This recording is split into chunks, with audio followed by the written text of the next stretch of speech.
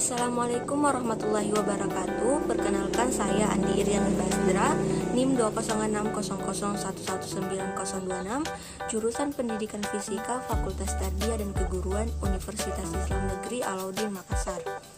Baiklah, pada kesempatan kali ini saya akan menjelaskan materi mengenai teori relativitas. Nah, apa itu teori relativitas? Teori relativitas adalah teori sains yang pernah digagas oleh ilmuwan bernama Albert Einstein pada rentang waktu antara 1905 hingga 1915.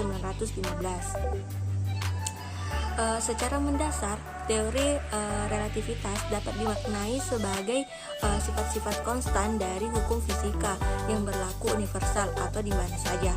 Nah, jika manusia di bumi mengalami dan menjalani hukum fisika mengenai gravitasi dan kecepatan cahaya misalnya, maka hukum tersebut akan berlaku sama jika manusia berada dimanapun di dalam semesta ini. Nah, universalitas inilah yang diulas secara mendalam dalam sebuah gagasan teori bernama relativitas.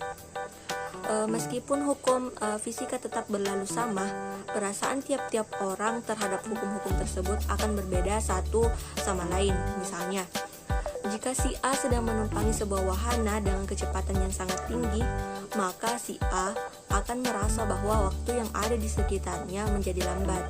Padahal orang-orang lain yang berada di luar wahana tersebut merasa waktu berjalan sama saja seperti biasa.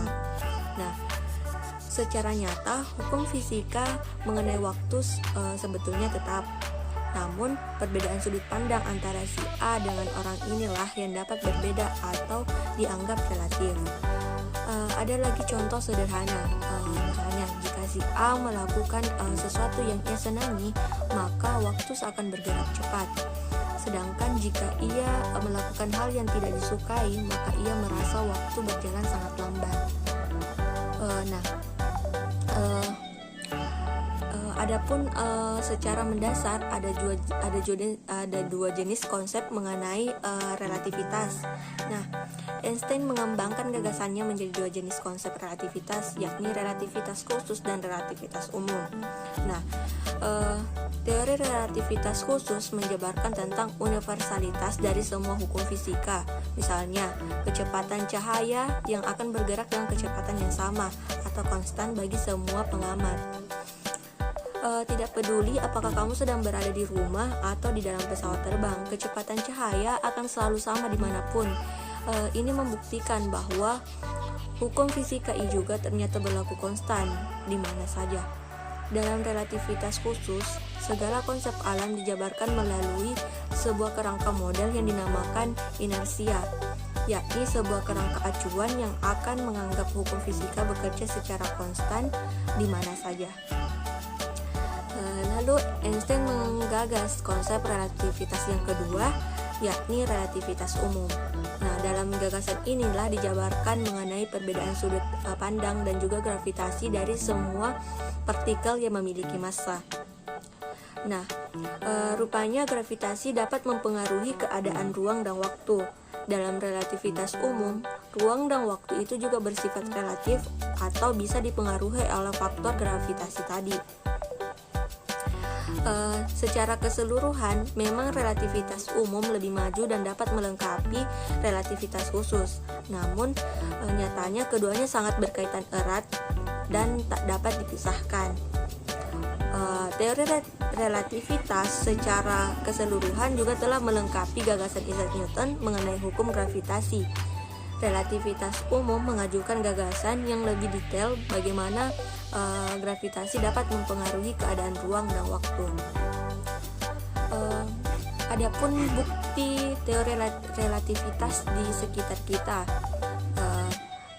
yaitu misalnya relativitas sebetulnya sangat mudah untuk dibuktikan dalam kehidupan sehari-hari. Contoh sederhananya adalah perbedaan sudut pandang mengenai waktu.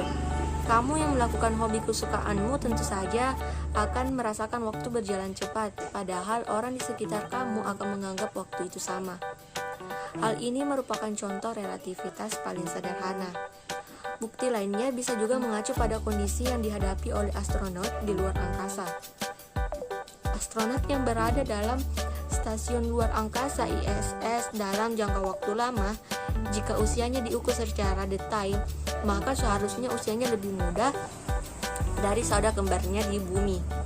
Hal ini dapat terjadi karena wahana antariksa ISS bergerak dengan kecepatan hingga 27.000 km per jam.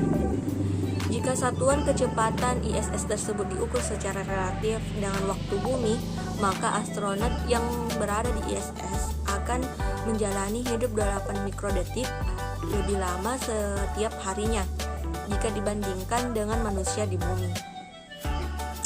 Bayangkan saja jika suatu saat ada wahana antariksa yang kecepatannya bisa jauh melampaui kecepatan stasiun ISS, pasti perbedaan waktu atau usia bisa jadi lebih lebar. Fenomena ini dikenal dengan istilah dilatasi waktu. Nah, dilatasi waktu dapat terjadi manakala ada pengaruh besar dari gravitasi dan kecepatan gerak konstan. Namun, jika pergerakan yang dilakukan hanya ratusan sampai ribuan kilometer per jam, maka perbedaan waktu atau dilatasi waktu yang terjadi juga tidak akan signifikan. Supaya konsep dilatasi waktu dapat menghasilkan perbedaan waktu yang signifikan, maka dibutuhkan kecepatan yang sangat cepat, bahkan nyaris melampaui kecepatan cahaya. Misalnya, kalau kamu bergerak dengan setengah kecepatan cahaya saja, maka kamu akan lebih muda setengah usia dibandingkan dengan waktu bumi. Waktu bumi sudah menginjak 100 tahun, namun usiamu hanya bertambah 50 tahun. Nah, mungkin itu saja yang dapat saya sampaikan. Terima kasih. Assalamualaikum warahmatullahi wabarakatuh.